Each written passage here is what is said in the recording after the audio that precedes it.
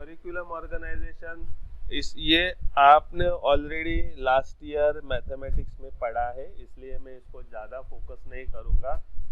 थोड़ा सा रिवीजन लेते। कॉन्सेंट्रिक अप्रोच, केंद्रीय उपागम। जब हम क्या कॉन्सेंट्रिक अप्रोच के बारे में बोलते हैं तो क्या है रे, कुछ याद आ रहा है क्या है कॉन्सेंट्रिक अप्रोच? सिलेबस जब हम तैयार करेंगे, है ना, साइंस का सिलेबस हम तैयार करेंगे, तो हमें सिलेबस तैयार करते वक्त कॉन्सेंट्रिक अप्रोच को ध्यान में रखना है। मतलब क्या है, कुछ याद है? पाठ्यपुस्तक मुलांच्या वयानुसार तयार केले जातात। हाँ बरोबर। विज्ञानाचं पाठ्यपुस्तक तयार, हाँ, विज्ञानाचं पाठ्यपुस्तक तयार करताना केंद्रीय उपागमाचा विचार करायचा। म्हणजे कसा?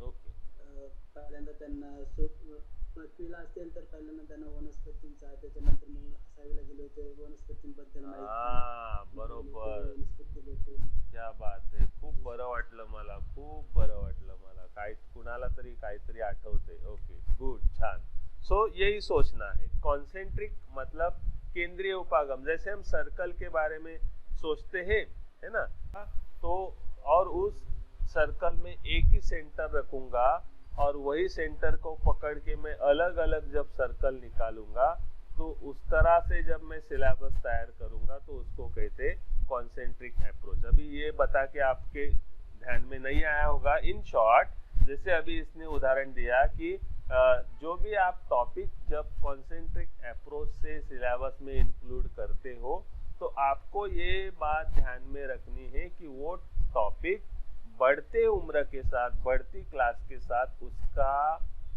डेप्थ या उसका डिटेलिंग और बच्चे पढ़ते जाएंगे। मतलब मैं अगर हवा ये टॉपिक है मेरा, एयर ये टॉपिक है, तो प्राइमरी लेवल पे एयर और एयर के उपयोग, है ना, एनिमल को या प्लांट्स को एयर का उपयोग क्या है, ऐसे जनरल टॉपिक होगा। फिर आप सेकेंडरी लेवल पे आओगे तो आपको एयर के कंपोनेंट क्या क्या है, कौन कौन से घटक हवा में होते हैं, नाइट्रोजन कितना होता है, ऑक्सीजन कितना होता है, इसके बारे में आप पढ़ेंगे। तो ये थोड़ा बड़ा सर्कल हो गया। आप हायर सेकेंडरी लेवल पे आओगे तो फिर आपको एयर, मतलब सेकेंडरी लेवल समझो 8वीं में आपके कंपोनेंट हो गए, 9वीं 10वीं में आपको एयर के पोल्यूशन, उसका इफेक्ट, एयर पोल्यूशन के कारण क्या है, ये आप पढ़ोगे। ये और बड़ा सर्कल हो गया। आप हायर सेकेंडरी जूनियर कॉलेज में जाओगे तो फिर हर एक कंपोनेंट, एयर का नाइट्रोजन है तो नाइट्रोजन के बारे में और डिटेल, ऑक्सीजन के बारे में और डिटेल, ऐसे आपको सिलेबस जो है वो दिखाई देगा। तो इन शॉर्ट क्या होगा, तो कॉन्सेंट्रिक अप्रोच में हम क्या करेंगे, कोई भी टॉपिक जब हम चूज करेंगे तो टॉपिक हर क्लास में होगा। मतलब 5वीं में भी होगा, 6ठी में होगा, 7वीं 8वीं 9वीं में भी होगा।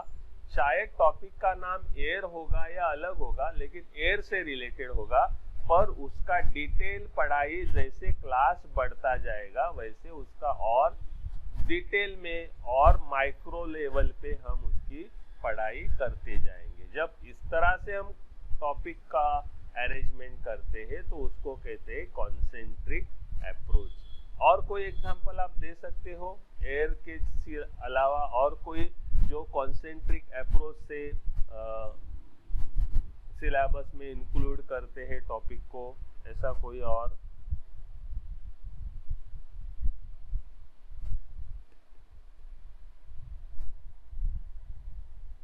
जो बढ़ती स्टैंडर्ड के साथ बढ़ता जाता है, जैसे क्लास बढ़ते हैं उसका डिटेल पढ़ाई बढ़ती जाती है, ऐसा कोई और टॉपिक?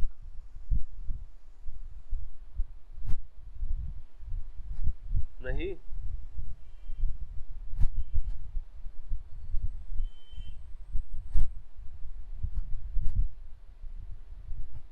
बोलो रे बोलो, आप बहुत ही इतने शांत मत रहो। Absolutely correct. Human body primary level पे क्या होता है, ह्यूमन बॉडी का हम इंट्रोडक्शन देते हैं। हाथ लेग्स होता है या उसके डिफरेंट डिफरेंट पार्ट। आप सेकेंडरी लेवल पे जाओ तो थोड़ा और डिटेल में जाते हैं। आप हायर लेवल पे जाओ तो हर एक पार्ट का फिर डिटेल, डाइजेस्टिव सिस्टम का अलग पढ़ाई करते हैं, ब्रेन का अलग करते हैं, आइज का अलग करते हैं। सो इन दिस वे जैसे जैसे बच्चों की उम्र बढ़ती है, क्लास बढ़ती है, वैसे वैसे सिलेबस का स्ट्रक्चर इस तरह से करते हैं। तो जो टॉपिक इस तरह से बढ़ती उम्र के साथ, बढ़ते क्लास के साथ उसकी डिटेल्स या उसकी डेप्थ बढ़ जाती है, उस तरह के टॉपिक की अरेंजमेंट जब हम करते हैं, सिलेबस तैयार करते हैं, तो उसको कहते हैं कॉन्सेंट्रिक अप्रोच, है ना। तो कॉन्सेंट्रिक अप्रोच में क्या, ये प्राइमरी और सेकेंडरी लेवल पे बहुत ही महत्वपूर्ण है। ये टॉपिक जब इस तरह से जब सिलेबस तैयार करते हैं कॉन्सेंट्रिक अप्रोच को ध्यान में रखते हुए, तो बच्चों के मेंटल ग्रोथ को एक्चुअली ध्यान में रखते हैं। क्योंकि प्राइमरी लेवल पे बच्चों का बौद्धिक विकास, उनका ब्रेन की डेवलपमेंट, उनका मेंटल डेवलपमेंट उतना नहीं हो पाता, तो इसलिए वहाँ पे आपने उनको बहुत ही कॉम्प्लेक्स चीजें पढ़ाएंगी तो वो समझ नहीं पाएंगे और उनको बहुत ही टफ लगेगा और शायद पढ़ाई के बारे में उनका इंटरेस्ट कम होगा। तो इसलिए जैसे जैसे लेवल बढ़ती है, बच्चों की उम्र बढ़ती है, हम टॉपिक थोड़ा कॉम्प्लेक्स करते जाते हैं, है ना। तो इस तरह से बच्चों के मेंटल ग्रोथ को ध्यान में रखते हुए ये कॉन्सेंट्रिक अप्रोच से पढ़ाया जाता है। Okay, so from simple to complex, whole to part. और इसमें क्या होता है, नेक्स्ट क्लास में जाओगे तो आपको रिवीजन भी होती है टॉपिक की, है ना। लास्ट ईयर क्या पढ़ा वो थोड़ा रिवाइज करते, तो फिर नया टॉपिक पढ़ाते, तो बच्चों को कनेक्ट करने में आसानी होती है। बच्चों का जैसे मैंने कहा मेंटल ग्रोथ को ध्यान में रखते हैं, उनके बौद्धिक या मानसिक विकास को ध्यान में रख के इस तरह से सिलेबस बनाया जाता है। और ये कॉन्सेंट्रिक अप्रोच से क्या होता है, कंटिन्यूटी कायम रहती है। मतलब ये ईयर पढ़ाया, नेक्स्ट ईयर भी उससे रिलेटेड पढ़ेंगे तो लास्ट ईयर का रिवीजन होता है, तो इसलिए वो कंटिन्यूटी बनी रहती है। इसके लिमिटेशंस क्या है, तो रिपीटेशन, है ना। ये साल भी पढ़ाया, नेक्स्ट ईयर दूसरा पढ़ाएंगे, लेकिन फिर वही रिपीट थोड़ा सा करना पड़ता है, तो रिपीटेशन हो जाता है। उसमें नॉवेल्टी, कोई नयापन नहीं होता, फ्रेशनेस नहीं। बच्चों को पता है अरे ये तो हमने लास्ट ईयर भी पढ़ा था, ओके ठीक है, तो थोड़ा सा नॉवेल्टी कम हो जाती है। भले हम उसका और डिटेल में पढ़ाते हैं, फिर भी थोड़ी सी कुछ नया चाहिए, ये नया चाहिए, ये जो हमारी भूख होती है वो थोड़ी सी यहाँ पे कम होती है ना। इवन इससे वजह से क्या होता है, लास्ट टाइम भी पढ़ाया, इस साल भी आप वो रिपीट करते हो, तो बच्चों को थोड़ा इंटरेस्ट कम होता है। बच्चों को लगता है अरे ये तो हमने लास्ट ईयर पढ़ा है, क्या वही फिर से पढ़ना है, तो उनका थोड़ा इंटरेस्ट उससे कम हो जाता है। तो sense of familiarity without fullness of knowledge is limitation. मतलब किसी भी सब्जेक्ट को जब आप पूरे चारों तरफ से नहीं पढ़ाओगे, मतलब पूरे डिटेल में नहीं पढ़ाओगे, तो सब्जेक्ट हमने पढ़ा है, ये सब्जेक्ट मुझे पूरी तरह से मालूम हुआ है, ये थोड़ा सा अवेयरनेस बच्चों में निर्माण नहीं होता। तो that's why fullness of familiarity जो है वो थोड़ा सा बच्चों में सेंस निर्माण नहीं होती। तो इस तरह से कॉन्सेंट्रिक अप्रोच जो है, वो कॉन्सेंट्रिक अप्रोच को हम आपने लास्ट ईयर भी देखा होगा। And then the next one is a topical approach. So topical approach, इसमें क्या होता है, उल्टा होता है। कॉन्सेंट्रिक अप्रोच में हम सिलेबस जब तैयार करते हैं तो एक ही टॉपिक को क्लास वाइज बच्चों की उम्र के हिसाब से डिटेल में पढ़ते, लेकिन टॉपिकल अप्रोच में जब हम कोई टॉपिक सिलेबस में तैयार करते तो वो टॉपिक उसी लेवल पे खत्म होता है, मतलब वो आगे के क्लास में नहीं जाता, है ना।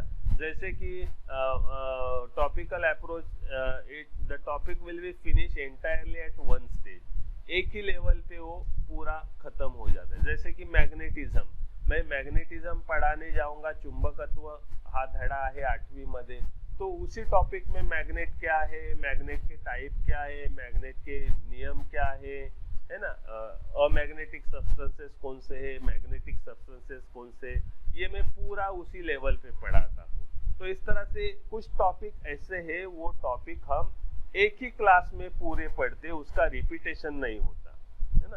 तो ज्यादातर साइंस सब्जेक्ट में ये नहीं होता, क्योंकि साइंस में हर टॉपिक एक दूसरे के ऊपर इंटरडिपेंडेंट है। फिर भी कुछ टॉपिक ऐसे हैं जो हम उसी स्तर पर पढ़ते हैं, उसी क्लास में पढ़ते हैं, उसका नेक्स्ट ईयर में नेक्स्ट क्लास में उसका रिपीटेशन नहीं होता।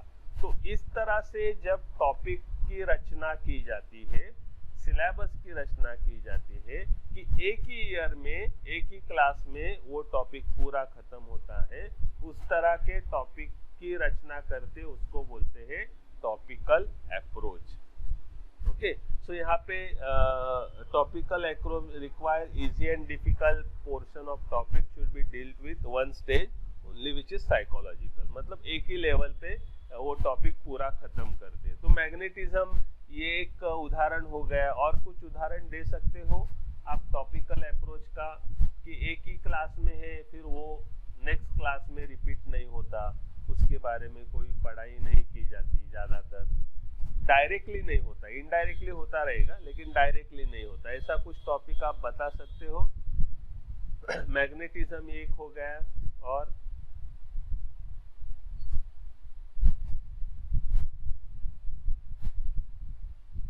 कुछ?